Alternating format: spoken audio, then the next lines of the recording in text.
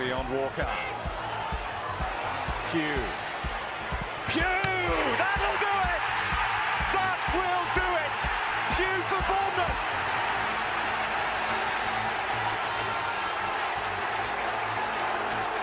The roof of the Gold Sands is raised! Everyone here knows what that could mean to this football club.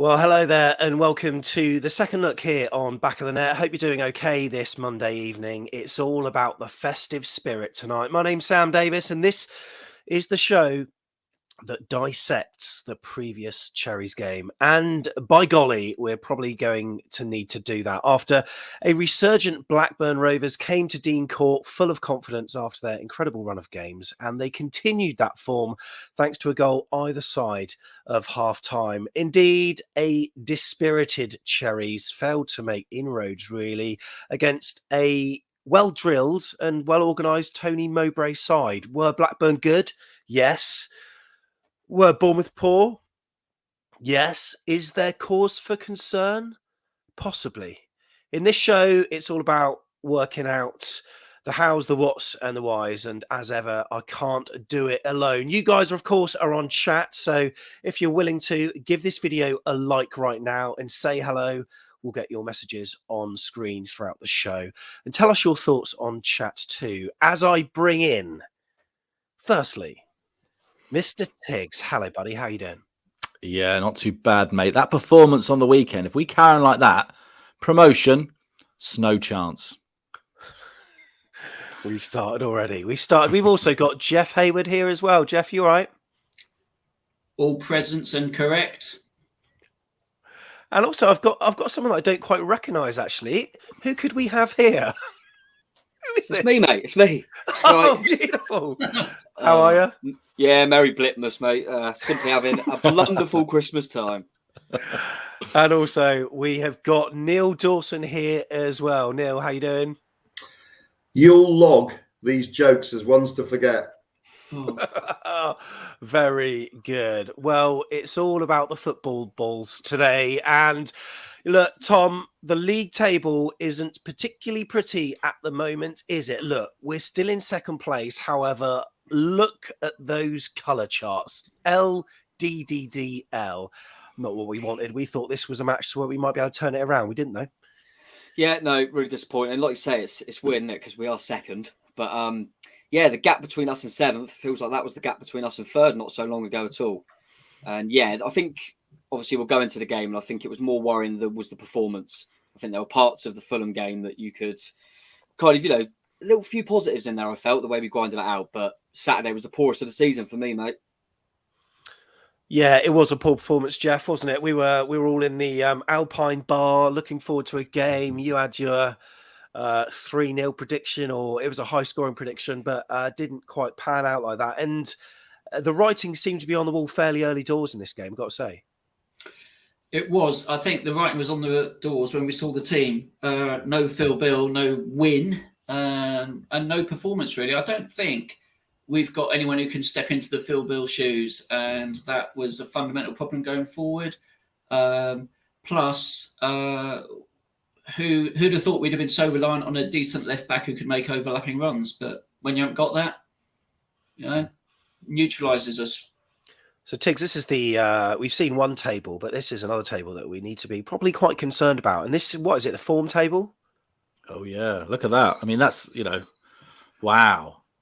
Yeah, not great. It's really difficult to kind of conceive how you can be second in the league and have that kind of run of form.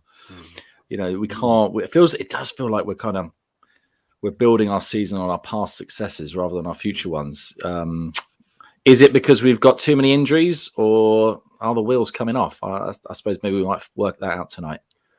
A few people, Neil, have been comparing Tyndall and Parker on social media over the past sort of like 48 hours and saying, we gave criticism to JT after a spell where we had a similar run of results last season. But, can we criticise Scott at this point in time? What are the differences?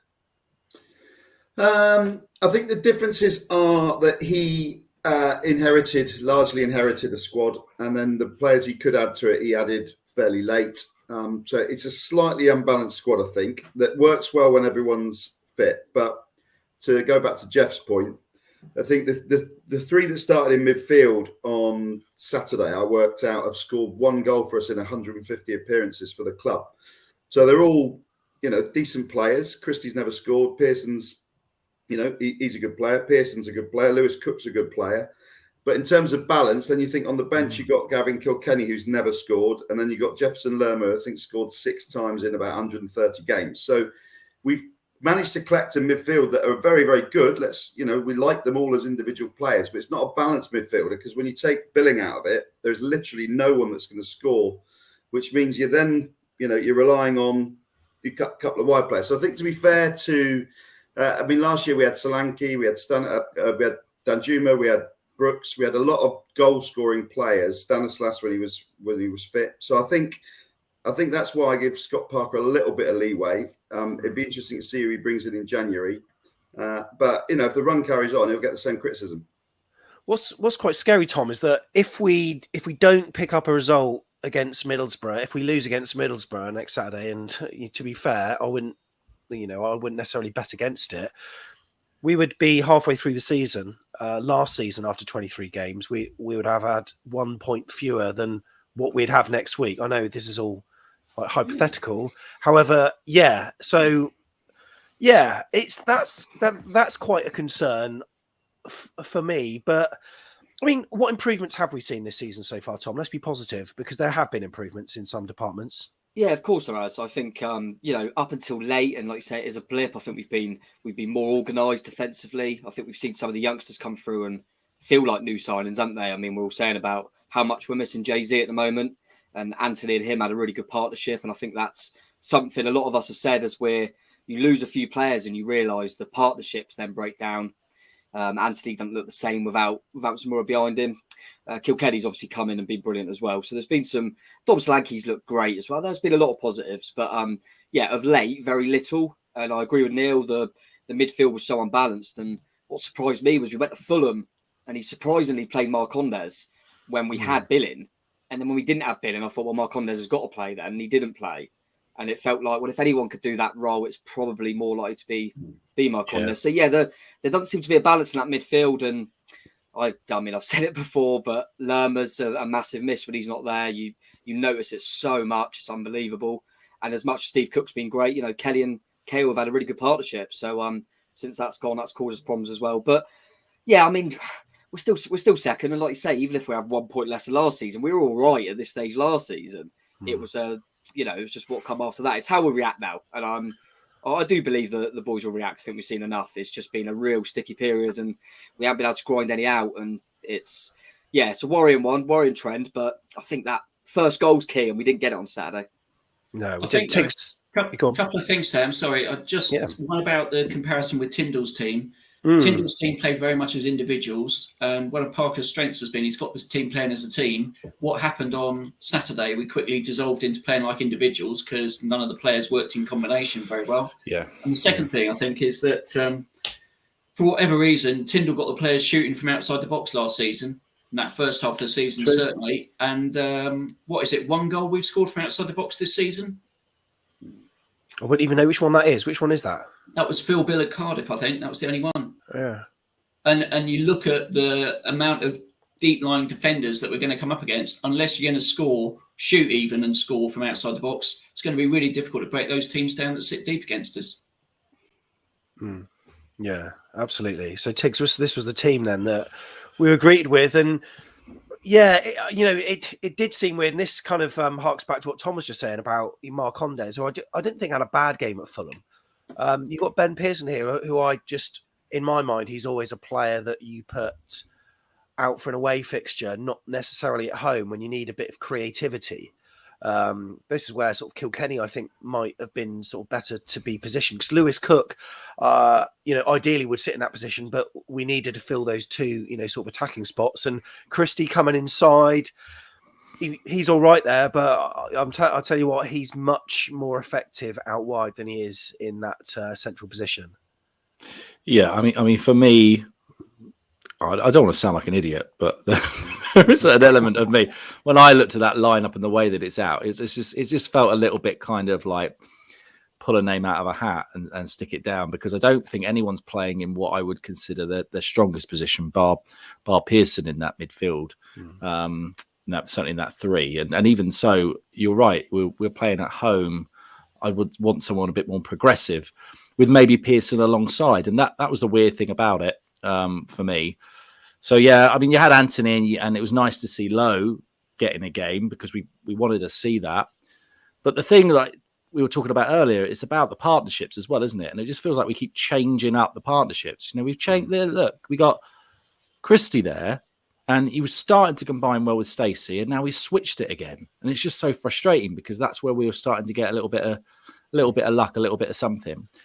And I will go on to it later, but then, you can shuffle that pack a few different ways. And the ways that we shuffled it throughout the game, just none of them really did enough to kind of change the game, bar maybe the Marcondes sub. But, why was that a sub and not from the start? I know you're nodding your head there, Neil. Yes. No, I'm joking. I thought you were just being observational. The bit I was not about it, and why Robbie Brady. Leif Davis came in, played one really good game at left back. Obviously, we got slight worries about him defensively, but we were playing at home, and just why you wouldn't have had him bombing outside Anthony, which Anthony clearly wants, and Robbie Brady played left back role very much like a midfielder. He cut in, he looked to create.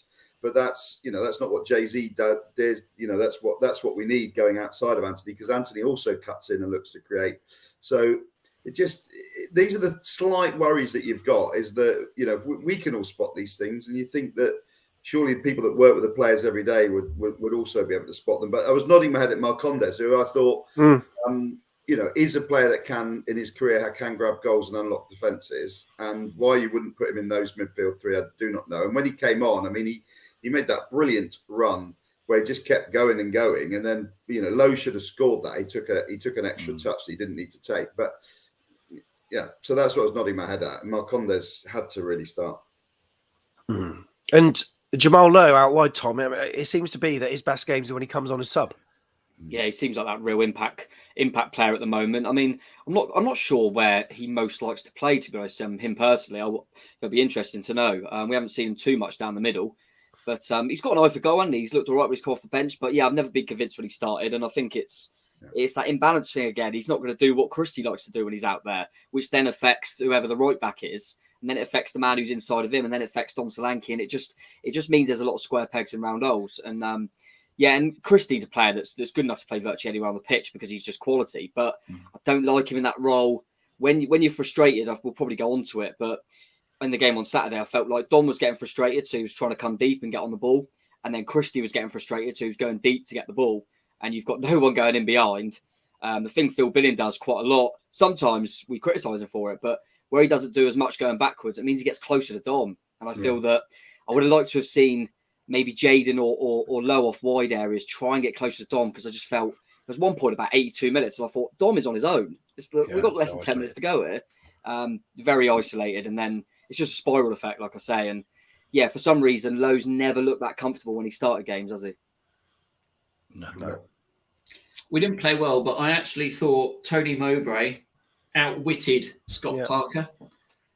He got the Blackburn team was motivated. You could tell that from the first whistle. They pressed us really well in midfield and defended very resolutely. They were super organised. We played into their hands because of the slowness that we played with, and everything was in front of them, which made it easy for them. But actually, what was worrying was that Super Scotty Parker wasn't able to figure out a solution. Sort of, you thought 10 minutes after half-time we might be unlocking them a bit with Marcondes, but that soon fizzled out, and Did. we didn't really have anything creatively in that midfield either. I wondered if Parker expected Blackburn to press us a bit earlier in terms of, they didn't really press us until we got the ball into the midfield. I don't know if he was expecting a higher press because we were just passing along our back line quite a lot. And then we'd get to the middle and they'd press us and then we'd pass the ball back again. We just couldn't really get the ball up much at all. And the way that they broke on us every time, we were so flat-footed to kind of get a shape back, to get back into them. In some respects, we're quite lucky. I watched the highlights back and the amount of chances they had, certainly in that second half, were a lot more than I remember, actually. Yeah. I feel the sort of midfield three were almost pivotal in terms of those were the players. I mean, had we had Phil Bill, he would have helped out Dom a bit more. Tom, also Jeff Lerma. I mean, you always say this, but you always sort of notice how much of a miss he is when he's not playing. Sometimes on the pitch, he doesn't do particularly much or doesn't seemingly do it, but things tick along quite nicely. But once again, he was missing. I mean, maybe you couldn't say that from the Fulham performance. I don't know whether he would have been, whether that would have been any different with him on then. I don't quite know, but I felt as though he was a big miss in midfield as well as obviously having some creativity in there too with Phil Bill. Yeah, there's certainly. I think you always get players like that. I always remember the promotion season. I always felt like Sermon didn't get enough credit, but you take him out, it's almost the glue in some aspects, I would say. But yeah, I remember speaking to Sam, and I always remember last season where we were doing all right with Woodgate, and we had Southampton in the cup, and Lerma was suspended, and we just could not cope.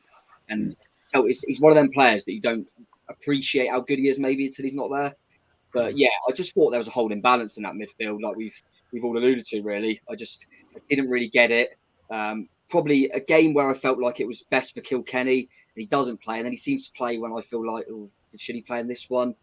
Like I said, the three that played against Fulham, I'd have expected to have played on Saturday, and the three that played on Saturday, I maybe would have expected more at Fulham, and Pearson and things like that. But yeah, it was just a total imbalance all round, and we're missing some key players, and I think we're struggling with that more than we maybe anticipated.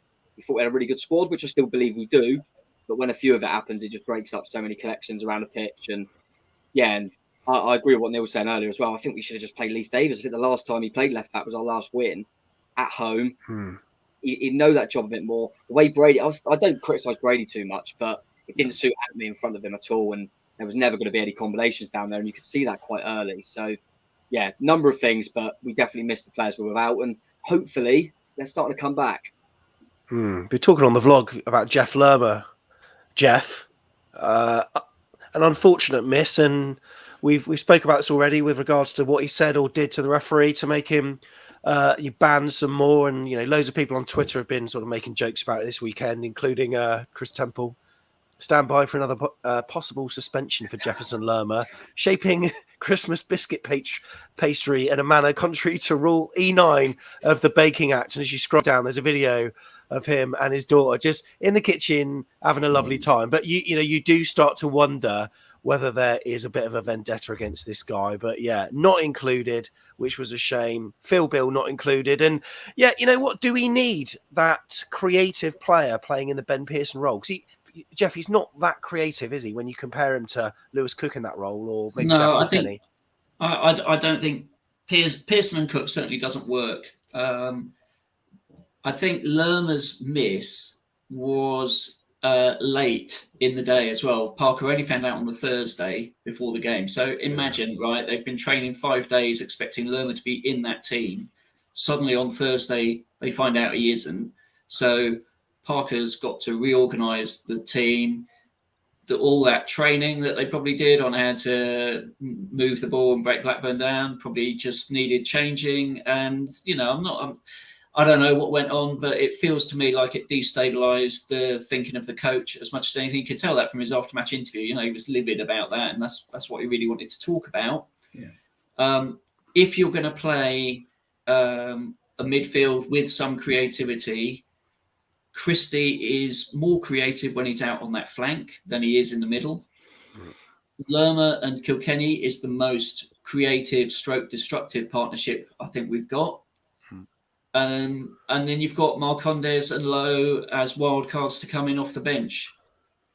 other than that, if Phil Bill's not playing, it's a tough one to crack. Maybe we do need some signings in January. We do. But I would think we always go on about how good our midfielders are because they are very good as individuals. But it's teams aren't built like that, and we only need one person out. The other thing which I think is interesting is it depends where you want your playmaker to be. So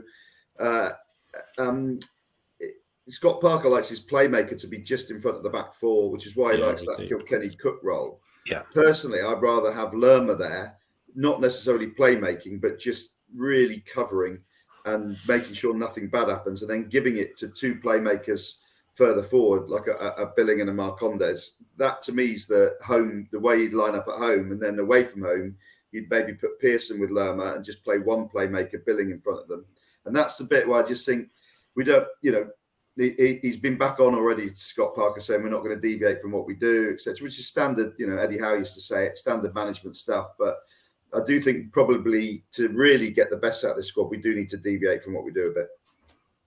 And that's effectively what we did against Swansea, wasn't it, Tom? Because Jeff Lerma was basically playing. Do you remember that time in the second half? We were 2-0 up, we were cruising, but whenever they had the ball, it almost looked like that we had five at the back with Jeff Lerma just like sitting there. So maybe that's what Neil was just saying. Yeah, I thought in that game, that Swansea game, I thought it was very clever. We started the game first 10 minutes or so. We were really under the cosh, and their wing backs causing us problems. And I think he looked at it and went, let's push Stacey and Leif Davis at the time up a bit further to go and collect with them, because their wing backs were causing so many problems. And then you could just drop Lerma back deep, and Lerma gives you that. You wouldn't be able to see one of the other midfielders really be able to do that. So that does give us a bit more flexibility. But yeah, I think with the midfield three, I think what's difficult is I think from game to game, all of us would maybe pick a different three if they're all fit. We haven't, like Neil said, they're all bloody good footballers, but I don't think we've quite found the right combinations yet. And maybe that is something that through the season, it will be on a game to game basis. But yeah, I would like to see, injuries don't help, but I'd like to see a three in there that you really think, that's our three. But yeah, very difficult. And I think probably the man at the moment that we really struggle to actually replace like for like is Phil Billing, because I don't think we have anyone of his mould at all, really. So yeah, we struggled with that loss. And I think now it's been a few times Christie's done that role, and I'll be surprised if that happens too often. I actually think it might be Junior Stanislas on Saturday. I feel like he's obviously coming back, and I wouldn't be surprised if he maybe fills in that role soon. A few sub appearances and that as he's made under Parker. He seems to have played in that position, so that might be something we see, in my opinion. Got to get goals elsewhere on the pitch. Yeah. Yeah. Did you get the feeling, Tiggs, that when we go 1-0 down, we've probably lost the game? And that's maybe a bit extreme, but we're going to find it very, very hard to get back into it. Well, there's one example to the contrary. So, we haven't gone down 1-0 a lot. What I would say is that, following on from what Neil was saying and Parker not wanting to deviate from the plan, I think that the plan for him is control of the football. It's possession, isn't it?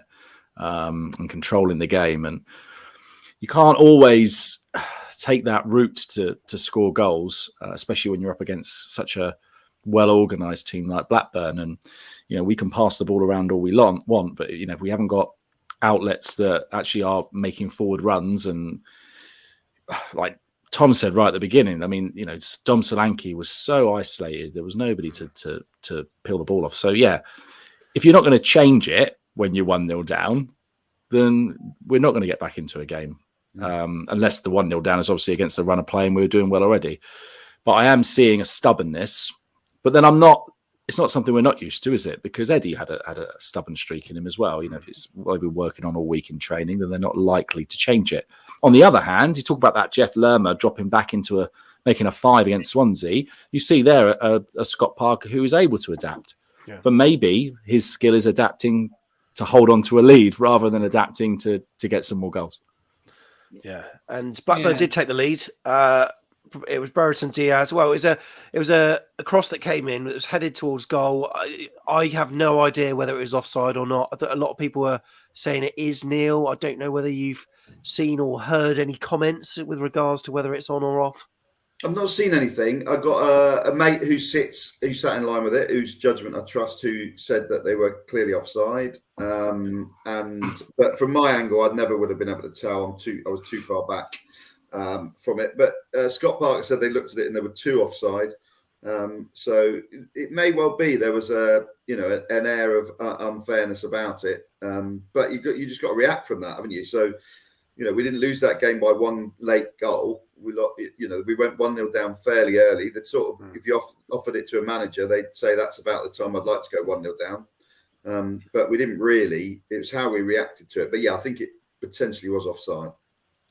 And it felt like we didn't really react to it. I mean, I know Lewis Cook had a shot before that was kind of blocked off the line, but other than that, we did. Christie's miss. Chris, was that a 1-0 down or was that? Yeah, it was. Yeah. And I remember he sort of pirouetted, and it almost felt like he took too long to get the shot away, but he did create a really good chance. And I swear that like every single shot he takes, he seemingly sort of does a bit too much, or I don't know. Sometimes I just want him to lash it, but he tried to hit it with the outside of his left foot. I think he thought the keeper was going to go one way, and very similar to Brereton Diaz at the end of the game where he went through, the keeper stuck out a leg and managed to clear it. And that, Jeff, you had a good view of that. Must be a golden opportunity. Yeah, Tiggs and I were politely asking Christie to please get your shot away. Don't mess about. He took too long. And I think it's a player short of goal scoring confidence. When you're in that position, you want to make sure, and by making sure, you give the defence and the goalkeeper time to set themselves, which is what happened. I mean, it was quite fortuitous how it came to him, but he got it onto his left foot, could have hit it with his right, didn't, poked it with his left, and the keeper was ready for it. And if he's more confident, if he's more natural as a goal scorer, he hits that with his right foot, keeper's not ready, and that's a goal. But he didn't. I just want him to scuff one in because it feels so reminiscent of Dom Solanke last season when he had a spell where he couldn't score and everyone was questioning, is he a goal scorer and stuff like that. And it just like he tried to do too much all the time. And I just felt like with Christie, and you just want one to hit him and go in because he's got so much quality. And that's probably the only question mark we have at the moment, isn't it? Like we keep saying, we need some more goals from other areas. And he's the type of player I think, well, he could get double figures in the Championship, definitely.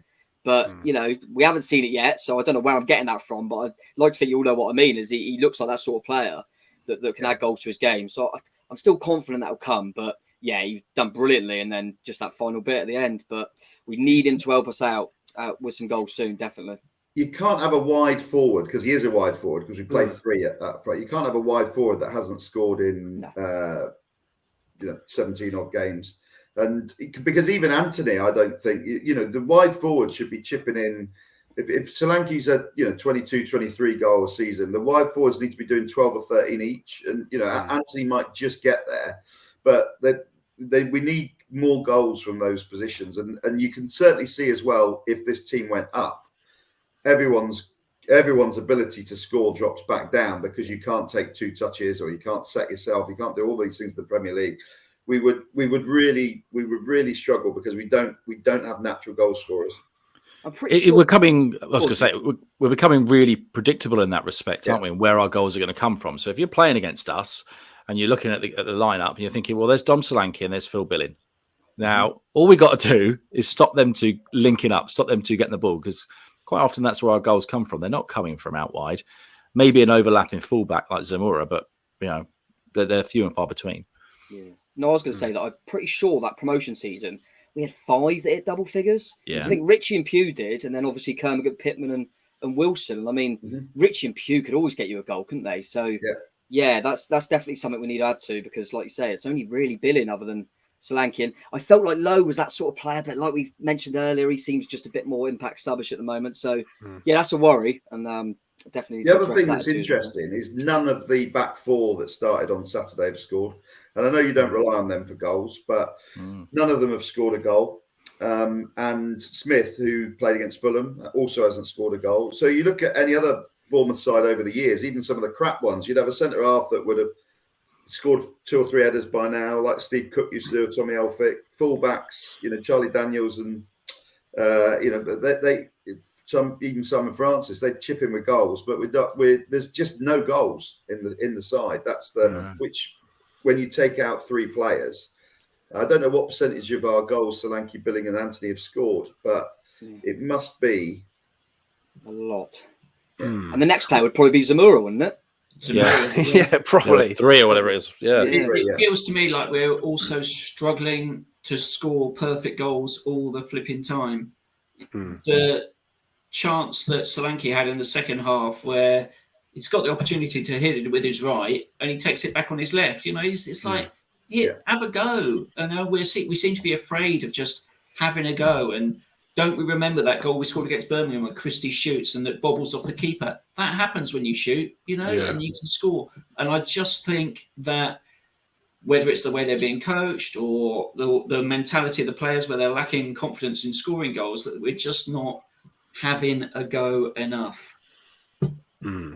Tom, you were mentioning the combinations on the pitch earlier, and when we've got those combinations working, we work well as a team. But you could maybe forgive the left side because Robbie Brady, I think, didn't particularly perform overly well. But then Jack Stacey, he's been. I don't know what's happened to him, but he's been fairly poor of late, and I honestly don't know why. And I think with him not performing as well, I mean, you could argue that maybe with Jamal Lowe in front of him, maybe there's not that partnership, and he doesn't trust himself to go forward. Perhaps. I don't know, but he's a player whose form has dipped somewhat. Yeah, big time. I think, like you say, Robbie Brady, I think you've got to give him somewhat of a pass. He's not a natural left back. He's done that role before, but he's not a natural left back, and he hasn't had a club for God knows how long. So, he's just getting back up to speed. But yeah, Jack Stacey, since the Swansea game, funnily enough, our last win, where I remember thinking he could have been man of the match. I thought he was sensational against Swansea. And I don't know what's happened since. I just think he's been so average. It's unbelievable. I always felt we've probably got 2 best right backs in the league competing. And obviously Smithy's injuries have been a problem. But Stacey's been awful, in my opinion. I think defensively he hasn't looked great. I mean, we talk about the Lerma red in the game before and the home game before. And that was his bad pass that started that off. And I don't know if it's an instruction or not, but he doesn't seem to be bombing on really as much with as much intensity of late. I don't know if that's a confidence thing or an instruction from Parker, but yeah, he's a player that I thought, he's kind of the first player that I thought he's kind of knocked Smithy out. But if Smith was back now, I don't think it would even be a question, to be honest. I think Smith's leaps and bounds ahead of him the way he's playing at the moment. But hopefully that is just a dip in form like it is for the whole team. But he's worried me lately because I've just thought he has just looked really below par. There's something not right there. I think all aspects of his game have gone down a lot. Derby game, I remember, was his fault for 2 of the goals, wasn't it, as well? Yeah. This is on our run. He's had some really, really bad games, and yeah, I hope he can switch on soon because it sounds like Smithy's going to be back out for a little bit. So just before half time, then we had that chance. Tom, whilst you were speaking, then I mean, when you saw Dom Solanke go through it, or have you even seen this? Because you're probably out in the concourse at this point in time, were you? I have seen it, but I done the usual. I went out, thought, we'll probably score now, but it didn't happen. So that didn't even work this weekend. Right, Tom. Yeah, I have seen it back. All right, you've played football with me many a time, right? So when I cut in from the left-hand side and I'm in this position, what do I do? You'll do a little drag over there, wouldn't you? Yeah, exactly. You know what? I just feel is that he telegraphed that so clearly. It was so obvious that that's where he was going to put it. If you look at his body shape on this, he's only ever going to put it in one position. So the keeper just had to stick. I mean, to be fair, his placement of it wasn't particularly great. So the keeper didn't. It wasn't even an outstretched leg. It sort of hit the main part of his body. But sometimes I'd just like to see him do something else, because I was over here and someone in the toilets just saying, Dom Solanke 1-on-1's not particularly great. And sometimes I just wish he'd open himself up and then feign and then tap it in with his left foot to an open goal. But I don't know. He just sometimes he's really frustrating in those positions. But then like other times, that goal at Birmingham where he fought off his marker and he was right next to him and managed to scoop in a shot at a really tight angle. Sometimes he's incredible. Just, feel like his consistency, Neil, is just not quite there. But I mean, I'm sure we'd all be saying completely different if that Christie chance went in and then a chance later on went in. We'd have probably all forgotten about it, eh? Yeah. But I think he's not, he's been excellent this season, one of our top 3 players, but he is not a natural goal scorer, because we've all seen enough natural goal scorers in our career. What we've got is a team that plays very much to him and his strengths, and he's got goals from it. But Callum Wilson, Brett Pittman was probably the best one-on-one player we've ever had. Those sort of players go through, and you start getting ready to stand up. When Dominic Solanke goes clean through, I'm still more surprised when he scores than when he doesn't. But he's probably better at hooking stuff in and getting on the end of a lower cross, and different goals to different people. And I think that's why he struggled in the Premier League, because he does need to take a touch and set himself, and that's the bit. Then when you get closed down when you're playing against top class defenders, and I think that's why he's struggling. And I still think he would struggle if we went back up. I don't think he's a 20 goal a season striker in the Premier League. But yeah, so not is that position. I was just going to ask everyone really. Sorry, no. Is that a position where we said strength in January? If you had to say one position, would you say a striker to get closer to Dom or to at least compete with him? Because like we said, we've got so many options everywhere, but I still feel like we need a bit more. Is it a striker again? Kind of what we were saying last season? If he gets injured. Yeah. Scary. Yeah, and I think that was the only position I thought that we needed strengthening until we had this chat today. Now I've realised that we haven't got enough goal scorers across the pitch. So thanks for that, Neil. The other thing about Dom is quite often, whenever I watch him, he's through on goal, he doesn't look up. He makes that decision he's going to hit it and where he's going to hit it. And I think if you probably watch enough videos of Dom Solanke, you'd probably realise as a goalkeeper which way he's generally going to go. But he hardly ever looks up. He never, like Callum Wilson would have that little look up just before he hit it. Give that. Should I change my mind? Dom's, he knows exactly where he's going to go. And I think it's been, working so far. But after a while, maybe not. What happens? What happens if Dom does get injured? Shane Long's available, I think. He hasn't played much football yet, so I guess all we would do is try Jamal Lowe through the middle. I can't see any other option. Christian Sadie ain't going to start, is he? So I think we'd have to change formation, wouldn't we? I mean, I don't see how that system would work. Maybe we'd have to go 4-4-2, although I don't know who the two would be. It would just be Jamal Lowe and Anthony. I don't know. The only time Anthony, I suppose, if you pictured an injury crisis where we didn't have Solanke or Lowe, then Anthony would play as centre forward. Yeah. Well, all I remember was Norwich, where we rested Solanke, obviously, and we tried Marcondes in a false nine, didn't we? So I think Morgan Rogers has done a striker role before in the past on loan with teams, but I'm not sure if he's quite ready for that yet. Nice to see him have his brilliant cameo again at the weekend.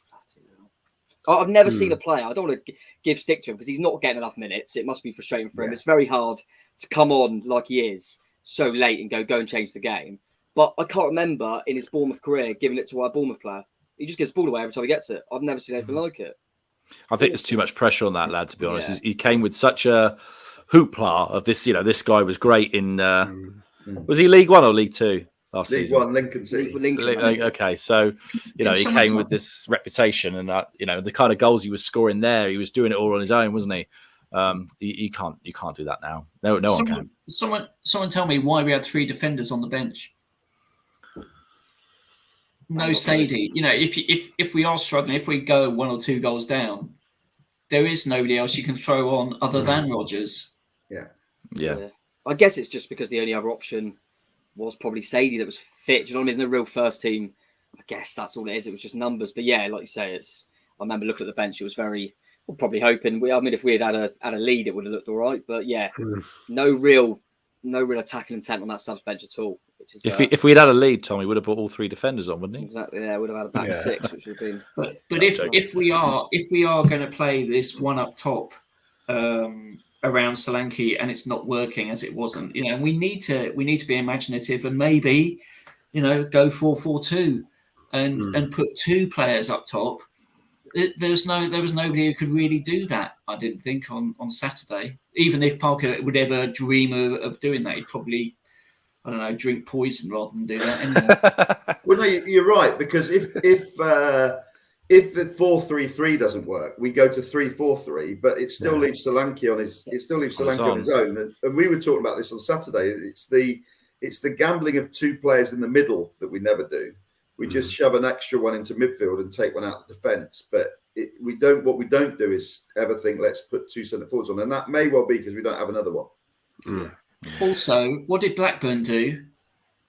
they brought on another flipping big lump at 1-0 up to lob the ball in the box, didn't they? Took off their small striker and put another big guy up top, and you could tell it's just about getting crosses into the box and winning those balls. That's what they did. That's what they did. I was about to say, we should give some, and I know there's some Blackburn fans that are on chat, and we probably should give them a fair amount of credit, because I thought they were, very, very good side and very well drilled. I mean, look, 1-0, they pushed forward. We had Steve Cook to thank for one of the blocks where he was just marauding up the pitch, and Steve Cook at some point he thought, right, he's just taken a bit of too much of a heavy touch, and he stuck out a leg. And Cookie, I think he had a fairly decent performance again. Tom, he went off sort of midway through the second half.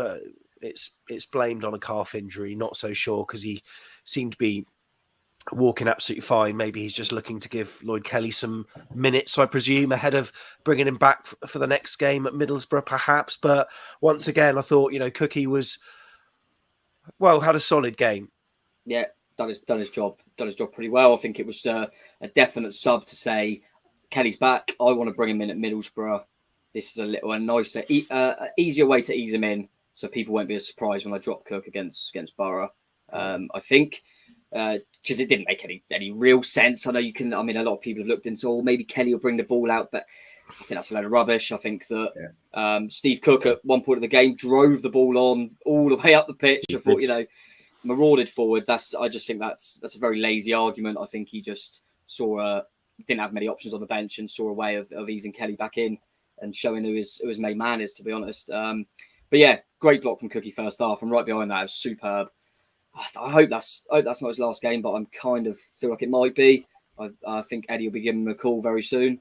Looking at Newcastle at the back, it'll be a good little stopgap for Newcastle, I think, to be part of the squad that tries to keep him up, which he's done before in the Premier League, and Eddie knows him. But yeah, I thought he was fine, and I don't think he was injured. I just think it was like I say, a bit of a statement sub, which is disappointing. But we've known for a long time Steve Cook's not in Scott Parker's plans. It's been needs must, and to his credit, he's come in and not let us down, which I knew he'd come in and just put a shift in and be brilliant. And that's what he has done. So he's still put the best centre-half performance in this season.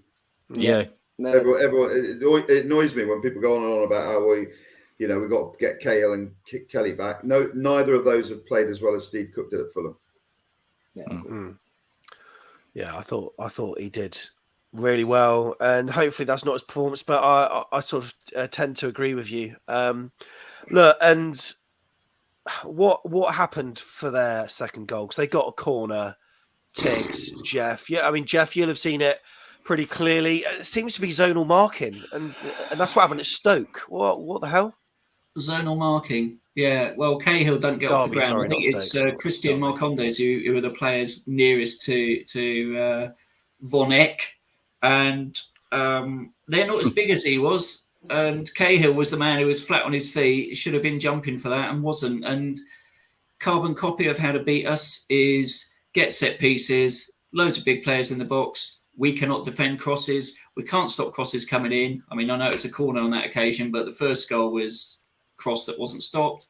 And we don't mark particularly well because we're not that big in the air. If you've just got one player who's good in the air, Cahill, and they've got 3 or 4 percentages, that's how you're going to beat us, right? It was fairly obvious what they were going to do as well. You could just see it, the way they were lining it up with them on the 18-yard box, and we could see these runners coming in. And we were, as you exactly said there, Jeff, we were so flat-footed for the on-rushing players. We just weren't ready for it at all, and that zonal idea just didn't work. I think we would have done better if we'd gone man-to-man with them. To be quite honest, even just because of the bodies that it would have created in a line there, it would have given us a much better chance, and it would have probably given Travers a better line of it as well. But hey, it's easier to follow a man than a ball. Yeah, that's a bit. I know we never played at any sort of level, obviously, apart from Sam. But we don't. It's much easier to mark a man than an aerial space and a ball, because you can foul a man, can't you? You can hold a man, you can do all of those sort of things. We don't do any of that because we are marking a piece of grass. Yeah, I never understood it. I might be old-fashioned. So 2-0 down. I'm really wanting a reaction. I'm really wanting something, but absolutely nothing, Jeff. Absolutely nothing. No, it was poor, wasn't it? Here's another thing about that team. unrecognisable from the team spirit that got us the 3 points from a losing position against Sheffield United. Didn't feel like a unit at all. Lack of leadership. I mean, we're going back to last season again when we had that iffy run. There wasn't anyone, taking the game by the scruff of the neck saying, right, guys, come on, let's pull it together and let's do something about it. And that leadership's partly on the pitch, partly off the pitch from the coaches.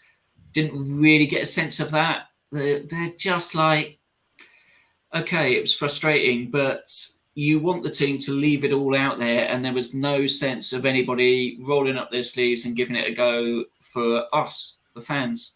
I thought the best player doing that was Marcondes. I thought Marcondes was trying to make something happen.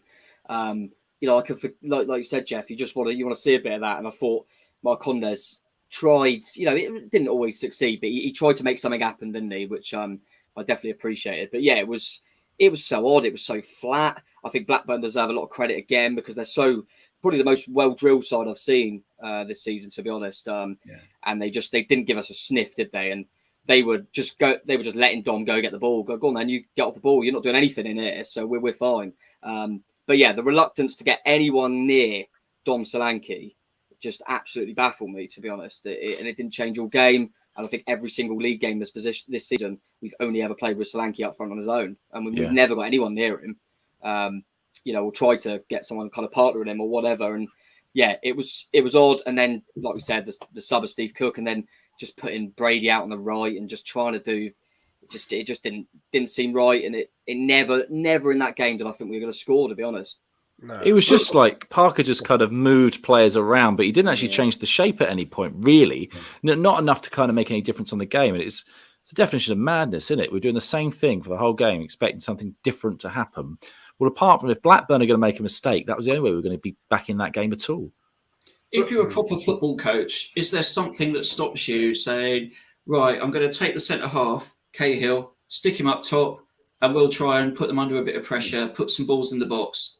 20 minutes to go, you're 2-0 down. Sean O'Driscoll would have done it. Why wouldn't you do that? Why wouldn't you try that? Yeah. Sean O'Driscoll wouldn't have had anyone tall enough to do it. But that's true. That's true. The thing I tell you what always amazes me about football, and I was thinking about it a lot on Saturday night, is I can't see us beating Middlesbrough and QPR in my head now. I can't see it. Whereas if you'd asked me 5 weeks ago, I would never have seen us lose. And I was thinking, there's Blackburn fans on here tonight. After they lost 7-0 to Fulham, they would have gone home. They wouldn't have seen themselves winning the next 4 games, including winning 2-0 at Bournemouth. They would have been thinking, where's our next win coming from? Now, they're probably thinking, that's it, that we're on our way now to the top 2. And that's the problem. We've got to reverse that feeling that if we've got it, the players will have it. They'll be thinking, QPR away, that's going to be tough. Charlie Austin, and they'll be slinging the ball in the box. He always scores against us. Middlesbrough now, like Blackburn, they're well organised, they're well drilled. So it's weird. All these, can never see us losing. Now can't see us winning for a bit. Blackburn haven't even conceded a goal since the 7, have they? I don't think they've conceded. Maybe one or have they not? Yeah. No, better finishing, Tom. We should have scored 2 of those 3 chances. They were really good chances. But in terms of their shots, though, to bring up the stats, I mean, we had more shots than them. I think we had 16 to their 11, but it didn't feel like that. How do we have 16 shots? I know, it did not feel like that. I mean, you can see one of our shots is actually the own goal. You can see that little bit of orange there you can do, like, on the left-hand side there. So I think you can maybe reduce it by 1 because that's not a shot, is it? But there they are. And, look how far. I mean, that's Lewis Cook's one, the one that's far out. We had a couple from quite a way out. But that goes back to what Neil said earlier, isn't it? I mean, we haven't got the personnel. We haven't got players who can shoot from that distance and expect to score a goal because you look at their record, as players, and they're not young men. They're not, it's not Gavin Kilkenny we're talking about on that pitch. These guys have played a lot of league games between them, as Neil said, and they're not scoring goals. So, I mean, the Lewis Cook one, it was literally just, hello, here you go, goalkeeper. Let me just kick it to you. And did 2-0 flatter us? Because they could have made it 3, they could have made it 4. I mean, the sponsors have got to name a man of the match, and they went for Gary Cahill, but I can't see past Travers, Neil, because he kept us in it. I agree. I mean, his save was a superb because was it Brereton Diaz? Yeah, when he was through. The famous Chilean Lancastrian. He went. Yeah, he's a handful, isn't he? So you can see, they'll be hoping they can hold on to him, I bet, because that's the problem, isn't it? It's that people go sniffing around him. But he put a shift on. I didn't realise he could move so quick, but I guess he was up against Cahill. But he properly went through, and that was a superb save with Travis's legs. Very, very good. He was definitely man of the match. I think if I was given the man of the match, I was so angry, I would have just given it to Steve Cook just to put two fingers up to that substitution. I agree. That's what we said. Yeah, I wanted that to happen. Yeah. That or even a Marconda or something, just to kind of say, this is how pissed off we are. But I'd have liked Cookie to have got there. I thought he would have. But it was kind of a default man of the match. He should have been Travis, I thought.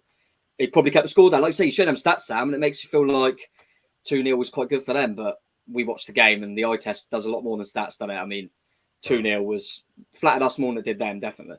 69% possession or something as well. Possession for possession's sake, it seemingly we didn't really do much with it. They were better with it, and sometimes I sort of wish, Jeff, that we could do that. Football is a different game to how it used to be. Still play with the ball 11 against 11, right? But not jumpers for goalposts, thank God. But what's different now is a team that counter-attacks has a better chance of scoring goals than a team that's got 69% possession and just passes it slowly along the back all the time or across the midfield. That's meaningless. What Blackburn did so well, I thought, was when they sniffed a chance, they got the ball forward quickly. Brereton Diaz made some really good runs, pulled us all over the place. They created opportunities because they were playing against a disorganised defence. When did we get that chance against them? Didn't happen in the game, really. I can't remember a chance where we actually broke on them. Maybe once or twice we kind of counter-attacked. But unless you're doing that, if you've got no creative player in midfield with all that possession, which Manchester City have and do that a lot, you're not going to create chances. And that is the difference. We are not quite... we're nowhere near Manchester City. We're not quite good enough, even in this division, to dominate a game with that much possession and create enough good chances to win games against a team like that. Yeah, very much so. All right, well, let's take a breather and get the opinion of Morgan Scott, who submitted his video after the game.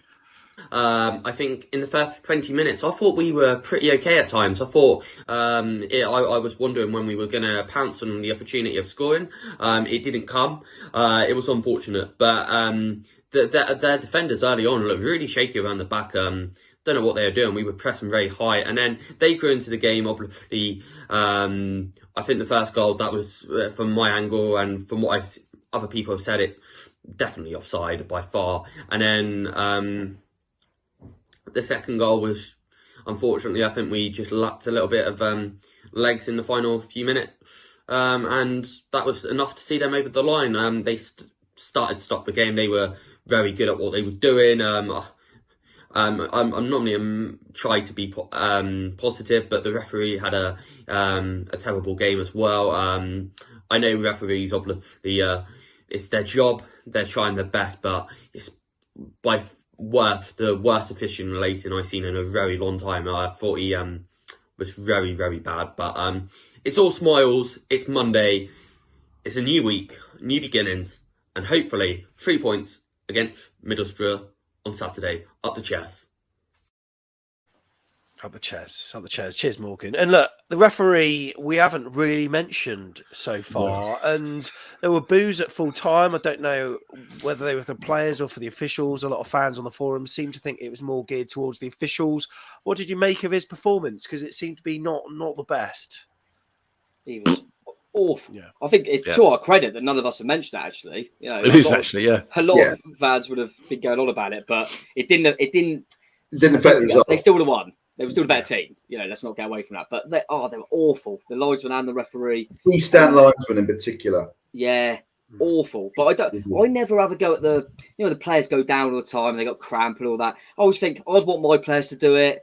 It's what happens. Yeah. But that's the referee's job to not let that happen. Go over there, book it. Travers at Fulham got booked after an hour for time wasting. And he didn't do it again. And I don't understand why they just let him get away with it. I'm not surprised Blackburn kept going down and doing all that stuff. We'd want the same. But yeah, I thought the official, I don't even know who was the ref. He's bloody useless. Yeah, quality of championship refereeing, though, it's not great. And you watched the Norwich Man United game yesterday. There's a Norwich defender in exactly the same position as that Blackburn defender who holds Solanke down in the first half. Ref gives a penalty because it's Ronaldo and he falls down. We get nothing, and that's what you get in Championship refereeing. There's no VAR. They don't take risks. They're not going to give you a penalty unless you get shot going into the penalty area. And really, do we expect any different? Do we expect any better from that level of officials? I don't think you can moan about it. I don't think you have the right to moan about the refereeing in this division. It's going to be bad. I think he was a Premier League referee. Didn't he get demoted? Simon Hooper, yeah. I was going to say the referees are the Robbie Sargent or Simon Hooper, depending which way our graphics work. Well, if Robbie had been ref, we'd have been 5-0 up. But look. I mean, I think I read David Whitehead on the forum. He said, "Look, flip it around, right? Fulham have drawn 4 in a row, right? West Brom are still 3 points behind us with an inferior goal difference by some margin after we've taken 6 points from 7 games." And bear in mind also that we've had some very influential players, which is weird to say that because they're players that we didn't want to rely on at the start of the season, like Jordan Zamora, that now we're relying on. How times have changed. And, they've been missing in all those 7 games. So maybe we're being a bit doom and gloom, Tom, because on another day we could have been 2-0 up at half time because at the end of the day, their goal that they did score, had it not been for Ben Pearson being there, it might not have gone in. Are we a bit glass half empty this Monday night?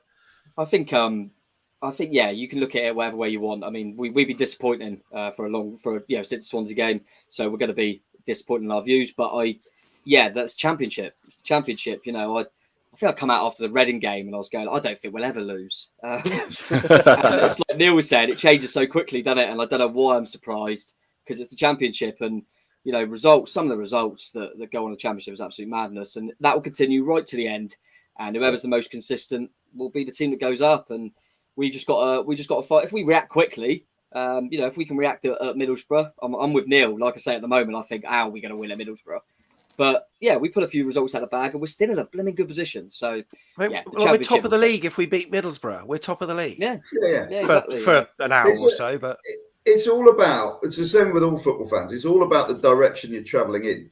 So had we started the season with all those players missing that we had and all the youth team playing and we got 1 win out of 7, which is what we're on now, and then gone on the run to be in second place, 2 points behind Fulham, we'd all be absolutely ecstatic. The problem is we're on the back end of a trajectory that's going like that, and we're all wondering, is it going to plateau and go back up, or is it like it did for Jason Tyndall? It just carried on. We kept saying every week, we got too good a squad to keep losing, and we just kept losing. Then we went into that January where they couldn't even allow him to play as transfer window players because it got that bad. So that's the problem we've got, is that at the moment, we just do not know where we're going to go next. Yeah, we don't know. It's going to be interesting. Look, if you're watching this and you've really enjoyed what we've had to say, then please give it a thumbs up on YouTube. But also, one thing you could do is also, whether you're watching on Facebook or you may be watching on Twitter, it'd be really handy if you could also quote tweet our live video stream on Twitter and write a little nice comment using as many descriptive words as you can and the AFCB hashtag so that this video gets in front of many eyes as possible. But definitely the thumbs up on YouTube really, really helps. Anyone got any closing thoughts or comments? Tom, is your main man back for Middlesbrough or not? Is this another one that he's going to miss? I saw that Sheffield United and QPR was postponed tonight. I'm sure that was his fault as well.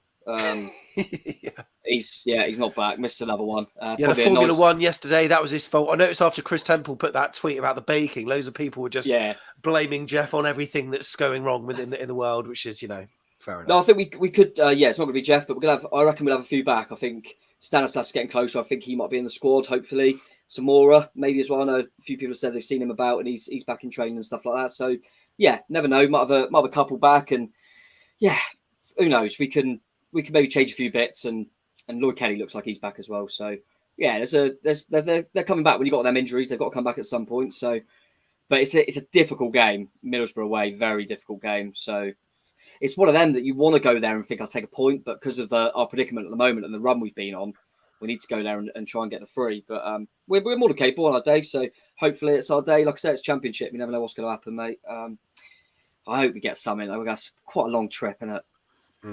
Very much so. Very much so. Tom, cheers for tonight, mate. Cheers, mate. Jeff, any closing remarks, or are you done? I think we need the Fab 4 at the back together. Kelly, Cahill, Zimura and Stacey, because didn't they keep a number of clean sheets away together at the start of the season? So let's have a clean sheet at Borough and see what happens at the other end. Maybe we'll get a 3-point turnaround that we won't expect. Maybe we'll just get a 0-0 draw. I mean, I feel sorry for all the fans who've got to do that 11-hour trip up there or whatever it is for a 0-0. But actually, that would be a decent result in current run of form. Yeah, very true. Cheers, Jeff. Tiggs, it's been a pleasure, mate.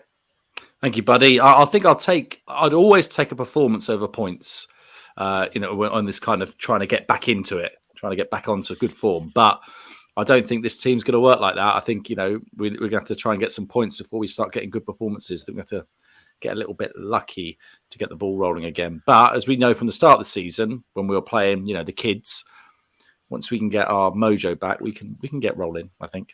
I hope. I've got to talk about Christmas efforts here. I didn't have a shirt on, so I just put the hat on last minute. Tiggs, solid effort. Jeff, nice to see you. I've got a Christmas jumper after Saturday. Tom, as ever, quality.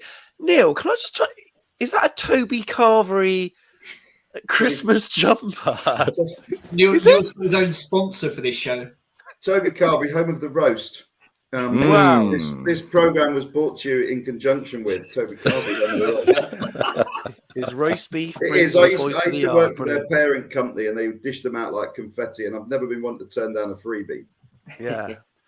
Can I ask Neil before we go? Just a really important question. If you were in the line for a Toby Carvery, what are you going for, mate? I always have one of each. Nice. A man of variety. I like that. What, one roast potato? No, I always have a bit of each beef. But I did see a tweet the other day that Marks and Spencer's favourite Christmas complaint they've had so far was from a woman in Swansea who complained that her 3-bird roast didn't have any beef. Oh my goodness, love it. Well, next time I'm at Toby Carvery, I'll have some Brussels sprouts, I'll have some parsnips, I'll have some potatoes, and I'm going to ask for a jumper as well. See if they've got one. If that's not there, I'm going to be very disappointed. Neil, thanks very much for tonight, mate. Thank you. Cool.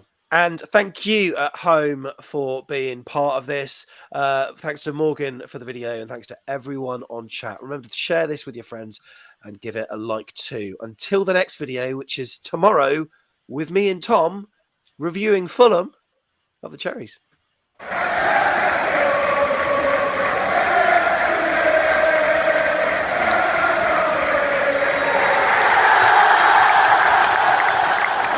in the day!